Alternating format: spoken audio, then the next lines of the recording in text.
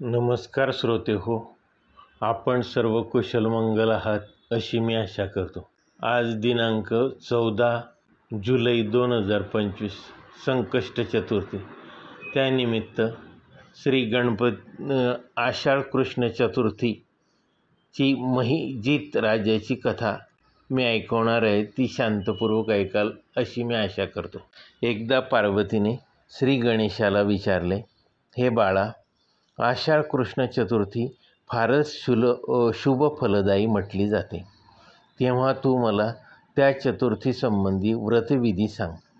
त्या चतुर्थीला कोणत्या गणेशाची पूजा करावी? गणपती आपल्या आईस नम्रतेने म्हणाले, हे माते, पूर्वी हाच प्रश्न युधिष्ठिर राजाने भगवान श्रीकृष्णास विचारला होता आणि त्याला भगवान श्रीकृष्णाने जे काही सांगितले तेच मी तुला आज सांगणार आहे. श्रीकृष्ण म्हणाले, हे राजा, पुराणात सांगितलेली कथा तुला सांगतो. ही कथा गणपतीविषयी आदर व प्रेम निर्माण करून विघ्नांचा नाश करणारी आहे. हे कुंतीपुत्र, आषाढ कृष्ण चतुर्थीच्या गणेशाचे नाव लंबोदर आहे. पूर्वी सांगितल्याप्रमाणे या गणेशाची पूजा केली पाहिजे. हे आई, द्वापार युगात महष्पती नावाच्या नगरीत महिजित नावाचा राजा राज्य करीत होता. तो राजा फारच धार्मिक व पराक्रमी होता. तो आपल्या प्रजेला स्वतःच्या मुलाप्रमाणे मानत होता, परंतु तो निपुत्रिक असल्याकारणाने त्यास राज्यसुख अथवा कोणत्याही गोष्टीत मन लागत नसे. त्याला माहीत होते की निपुत्रिक माणसाचे जीवन व्यर्थ आहे, कारण त्यांच्या पितरांचा उद्धार होत नाही. राजाच्या बऱ्याचशा काळ अशा प्रकारचा विचार करण्यात गेला. पुत्रप्राप्तीसाठी त्याने बरीचशी दान, पुण्य, यज्ञगादी कृत्ये केली, तरीसुद्धा त्यास पुत्रप्राप्ती झाली नाही. सर्व तारुण्य जाऊन त्याचा वृद्धापकाळ आला, तरी देखील तो पुत्र निर्माण करू शकला नाही. त्यास मुलगा झाला नाही. शेवटी निराश होऊन राजाने विद्वान ब्राह्मण आणि इतर बुद्धिवान लोकांना बोलून त्यांच्याशी याबद्दल चर्चा केली. तो म्हणाला की, हे कर्मकांड तज्ज्ञ ब्राह्मणांनो, आता मला कोणती गती मिळणार? मी तर या आयुष्यात कोणतेही पापकर्म केले नाही, अर्थात प्रजेला छळून खजिना भरला नाही. सर्व प्रजेला मुलाप्रमाणे मानून त्याचे पालनपोषण केले. चोर डाकू यांना योग्य ती शिक्षा करून त्यांच्याकडून दंड स्वरूपात घेतलेले रकमेवर सर्वांचे पोषण केले. गाय व ब्राह्मण यांच्या कल्याणार्थ झटलो, तरी देखील हे ब्राह्मण श्रेष्ठांनो, असे कोणते कारण आहे की मी अजून निसंतान आहे? अंतःकरणात दया उत्पन्न करणारे राजाने बोलणे ऐकून विद्वान ब्राह्मण म्हणाले, हे राजन, तुमच्या वंशाची वृद्धी होईल असा उपाय आम्ही शोधतो. तुम्ही शांत व्हा.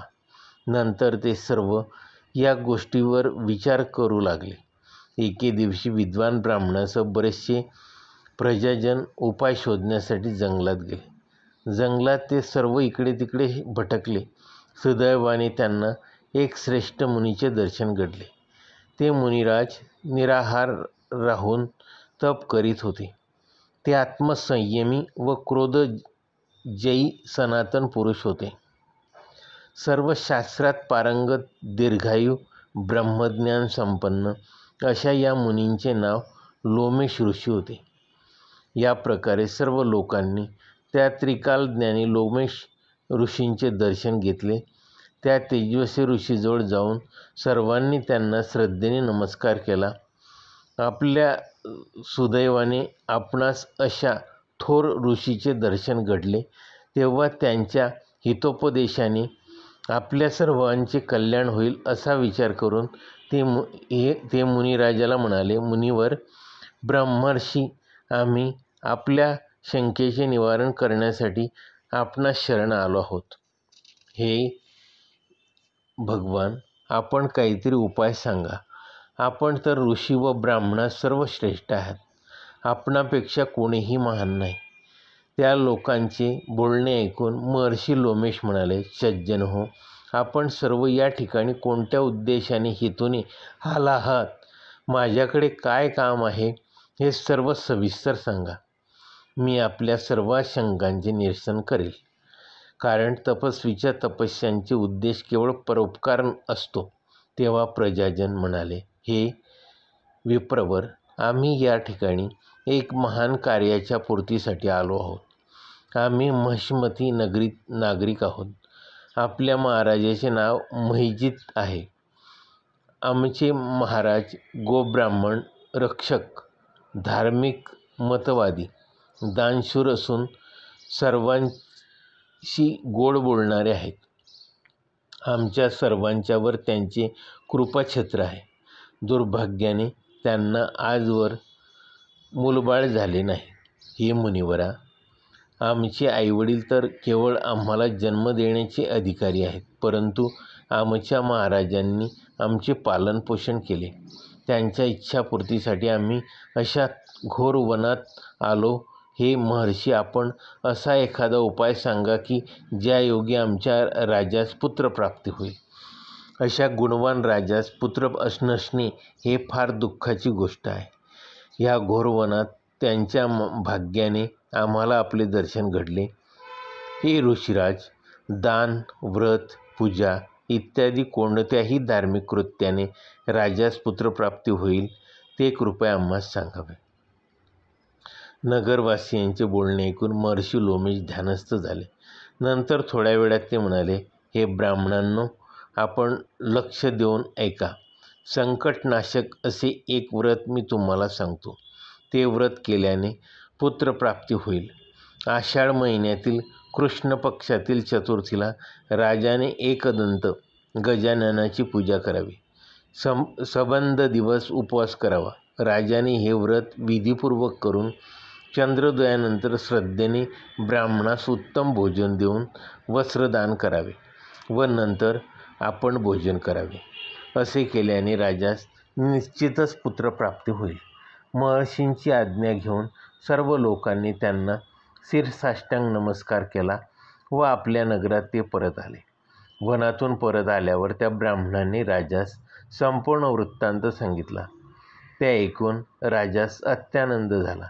त्या ब्राह्मणांनी सांगितल्याप्रमाणे राजाने विधीपूर्वक गणेश चतुर्थीचे व्रत करून ब्राह्मणांना भोजन दिले व नवीन वस्त्र दिले. पुढे कालांतराने त्यांची राणी सुदक्षिणा गर्भवती झाली. त्यानंतर तिला गणेशजीच्या कृपेने सुंदर व सुलक्षणी असा पुत्र झाला. शहरात सर्वत्र आनंद. राजाने ब्राह्मणांना रत्ने दान केली व गोरगरिबास बरेचसे धन देऊन अन्नदानही केले. श्रीकृष्ण म्हणाले, हे युधिष्ठिरा, या व्रताचा असाच प्रभाव आहे की जो कोणी हे व्रत विधीपूर्वक करील त्यास पुत्रप्राप्ती होईल, धनलाभही होईल. तू सुद्धा हे व्रत विधीपूर्वक कर, म्हणजे तुझे सर्व मनोरथ पूर्ण होतील. तुझ्या शत्रूचा नाश होईल. तुला तुझे राज्य परत मिळेल.